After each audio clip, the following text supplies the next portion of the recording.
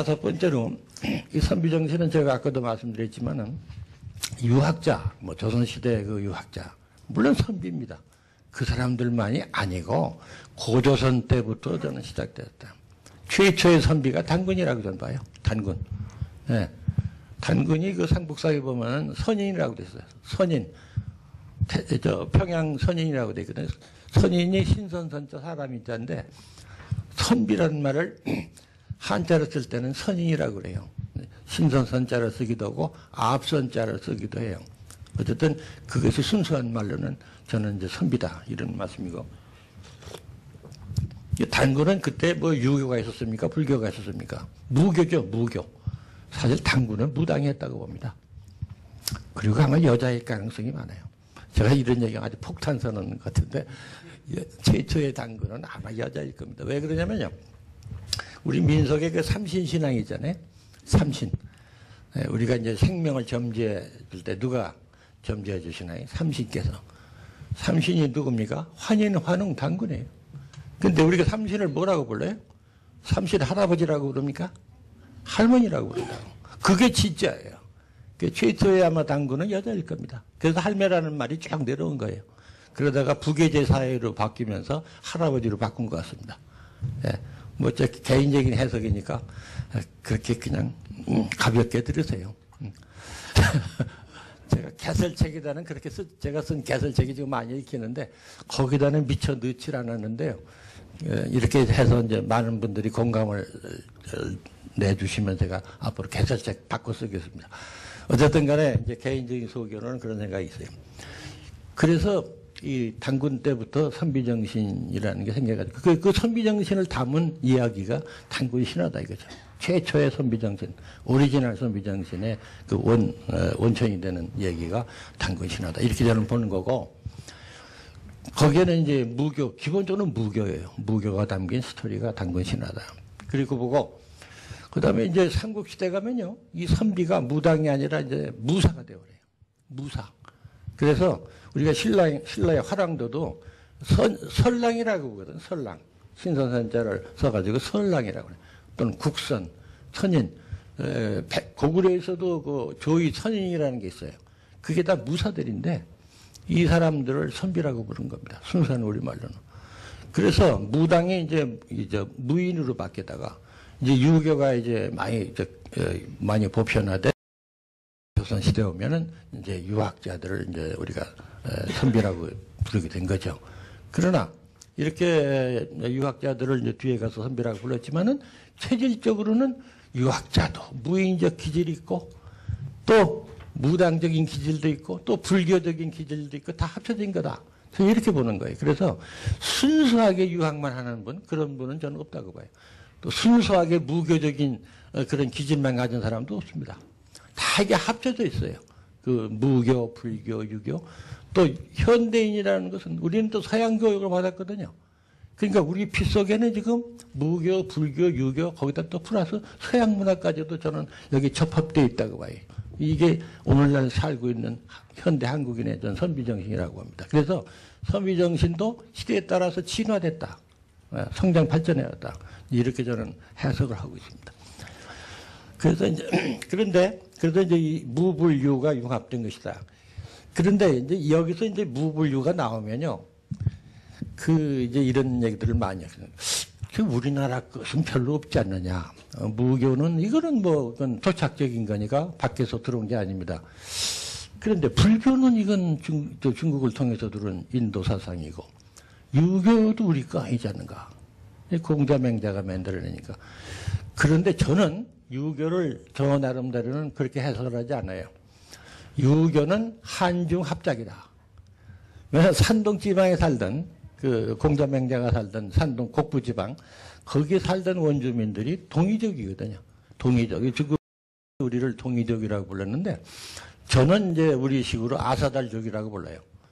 동이족은 이 아침, 태양 숭배하는 족속이기 때문에 중국인들은 동이족이라고 불렀지만 우리 생각으로는 아사달족이다. 저는 그래서 개설책에 이번에 이제 다시 개정판을 내면서 아사달족으로 바꿔버렸어요. 아사달. 그런데 어쨌든 그래서 공자 맹자가 쓴 그 사서 삼경을 읽어보시면 아마 다 아실 겁니다. 유교에서 롤 모델로 내세우는 위대한 인물들이 있잖아요. 가령 요순 임금, 요순 시대. 그 순임금이 동의적으로 되거든. 예. 그 다음에 효자 하면은 대련, 소련. 아주 상징적인 인물이에요. 또 뭐 팔괘를 만든 복희씨. 동의적으로 되어 있어요. 이 밖에 말이 무수한 롤 모델이 되게 동의적 사람이에요. 예, 그 사람들한테 배워야 된다는 얘기가 유교의 기본 얘기예요. 물론 간혹 중국인도 들어있지만은 훨씬 더 동의적이 많습니다. 그래서 중국이 예를 잃으면은 동의한테 가서 배워야 된다. 이런 얘기도 나오고. 더 이제 확실한 증거는 공자가 고조선으로 이민 오고 싶다는 얘기가 논어에 나오잖아요. 논어 읽어보신 분, 자한편을 읽어보시면, 공자가 자기의 뜻을 받아주질 않았거든요. 추초시대에. 그래서 실망해가지고 동의의 나라 가서 살고 싶다. 뗏목을 타고 바다를 항해해서 동의의 나라 가서 살고 싶다. 그랬더니 제자가 물어서요. 선생님 그 나라가 누추하면은 어떡하실랍니까? 그랬더니 공자가 얘기가 그곳에 군자가 살고 있다. 절대 누추하지 않다. 그래서 그때부터 고조선이 군자국으로 불릴 거거든요. 군자국. 그러니까 공자가 이민 오고 싶어 할 정도의 문명국가였다 이 말이죠. 고조선 자체가. 그러니까 지금 뭐 여러 가지 제가 롤 모델이 동의적이라는 말씀도 드렸지만은 공자 자신이 실망해서 고조선에 와서 이민 와서 사기 싶어 할 정도. 그런 얘기가 다 나오니까. 그래서 이 유교라는 것은 제 해석에 따르면은 이것은 공자가 그냥 백지 상태에서 머리를 짜내가지고 만든 사상이 아니고 동의적의 아름다운 생활 풍속을 보고 일어나신 거다. 그렇기 때문에 한국인의 입장에서 보면 유교가 남의 것이 아니에요. 우리 자신의 생활 풍속 그 자체예요. 네, 한국인들은 유교적으로 살아온 겁니다. 처음부터.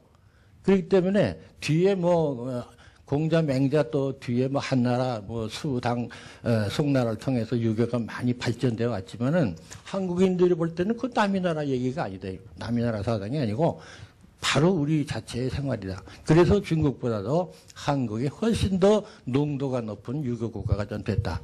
이렇게 보는 겁니다. 예.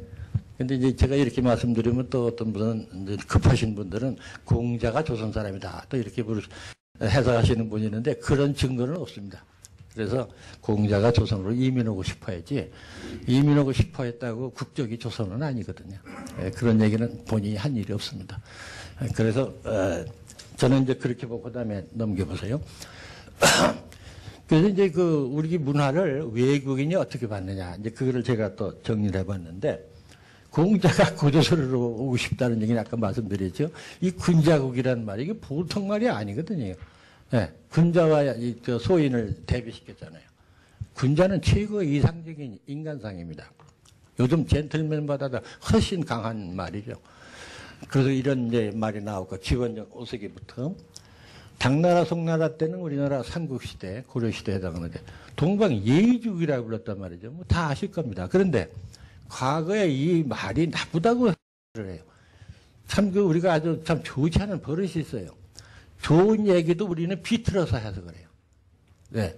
비꼬서 그런 자주의식이 있어요. 지식인들한테. 그래가지고 예, 남이 좋게 본 것도 다 이거 우리가 깎아서 본다고.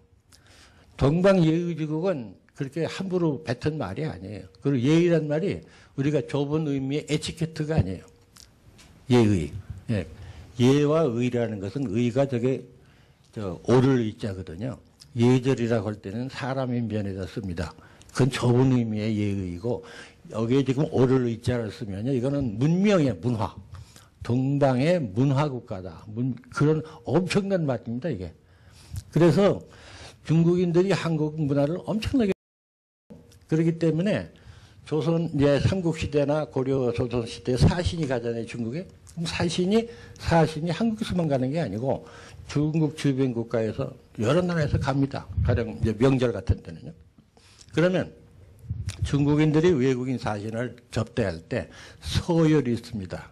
서열이 있어요. 지금처럼 이렇게 평등하게 대하질 않아요.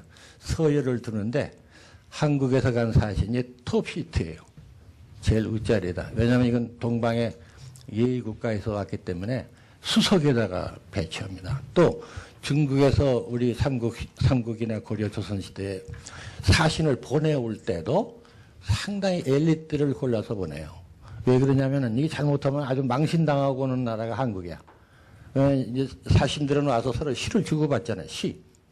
문화 교류를 하거든요. 시를 주고받는데 이거 시도 못 짓는 녀석을 보냈다가 이게 난리가 나는 거예요. 네, 개망신당한다 말이에요. 그러니까 아주 엘리트를 뽑아서 보내지 않으면 망신당하는 나라예요. 그래서 중국이 한국을 굉장히 이렇게 비록 나라는 좀 크진 않지만은 문화적으로는 엄청난 나라라고 본 것입니다. 동이라는 말도 그게 나쁜 말이 아니잖아요. 예, 그 설문해자라는 책에 보면은 한자에 원래 뜻이 적혀 있는데 이 자가 지금은 오편에 오랑캐로 되어 있지만 설문해자에는 오랑캐 자가 아니에요. 큰 데에다가 활궁자를 합친 거로 되어 있어요. 그 이 자를 잘 보시면 큰 데가 들어있고요. 그 안에 활궁자가 들어있어요. 큰 활 가진 사람, 활 잘 쏘는 사람이에요. 전혀 나쁜 뜻이 아닙니다. 근데 원래 한국인들이 활 잘 쏘지 않습니까? 그래서 이 활 잘 쏘는 그 좋은 뜻인데 그걸 뒤에 가서 이제 중국 애들이 바꿔서 뜻을 오랑캐로 바꾼 겁니다.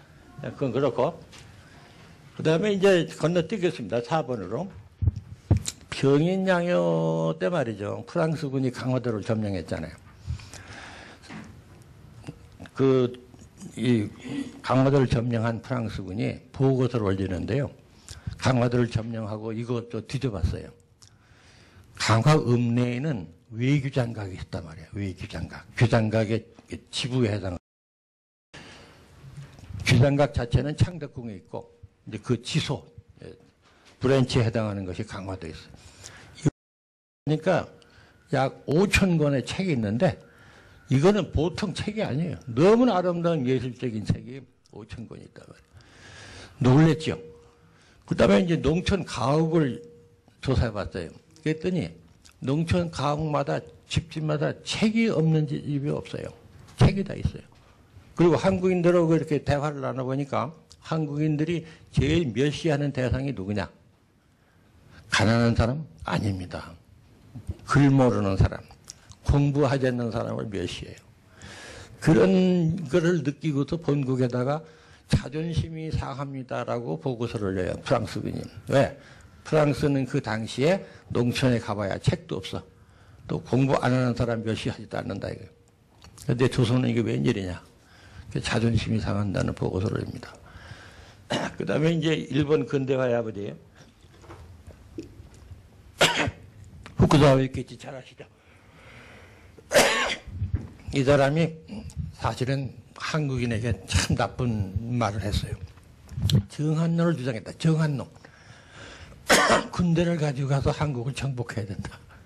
이런 정한론을 주장했는데 그러면서도 조선을 또 배우자고 그랬어요. 뭘 배우느냐. 일본 사람하고 조선 사람을 이렇게 보면은 생활 태도가 달라. 일본 사람들은 끄떡하면 칼 뽑아가지고 싸움질을 하고 있단 말이야. 칼 쏴서 사람 죽이는 겁니다. 조선 사람을 봐라. 집집마다 글을 읽고 있다. 이렇게 돼요. 그래서 일본이 인류국가가 되려면 조선의 그 글 읽는 이 교육열을 배워야 된다. 이렇게 된 거예요. 후쿠자와 유키치가. 예. 그러니까 한국이 약하니까 먹을 수 있다. 군사적으로 정복이 되는데 조선의 교육열은 우리가 못 따라간다. 그런 얘기예요.